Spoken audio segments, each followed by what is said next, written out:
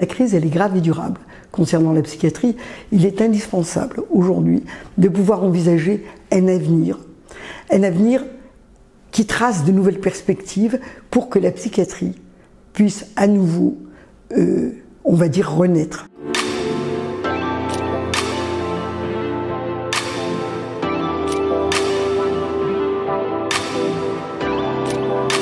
Alors je dirais au moins trois choses. Le sujet de la santé mentale nous concerne tous. Disons quelques chiffres, 13 millions de Français sont atteints de troubles psychiques, 1 sur 4, et beaucoup plus depuis le Covid. Le coût de la santé mentale, c'est plus de 60 milliards. Et si on compte les coûts indirects concernant l'atteinte de la qualité de la vie ou les résultats de non-productivité, c'est 126 milliards en plus sur les dépenses d'assurance maladie.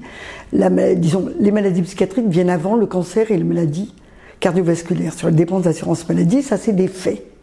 Deuxième élément, l'organisation des soins a beaucoup évolué avec une modernisation les 50 dernières années, des innovations majeures. Troisièmement, la psychiatrie, c'est un objet vivant, complexe, disons, extrêmement complexe, où justement les besoins, les urgences, les nécessités sont en constante augmentation. Si on prend par exemple l'hétérogénéité de la psychiatrie, ça va de pair avec des prises en charge extrêmement différenciées dans des lieux de soins différents, des espaces de parole, avec une augmentation des besoins liés aussi à quoi? Par exemple, la commercialisation des nouvelles technologies, les écrans, ou les nouveaux droits, ou les nouvelles libertés, tout ça, ça génère des bonheurs, mais ça génère aussi beaucoup de souffrance. Et donc si on ajoute les trois, le coût, les organisations de soins qui sont extrêmement innovantes et donc modernisées et coûtent cher. La troisième chose, c'est la multiplicité des pathologies.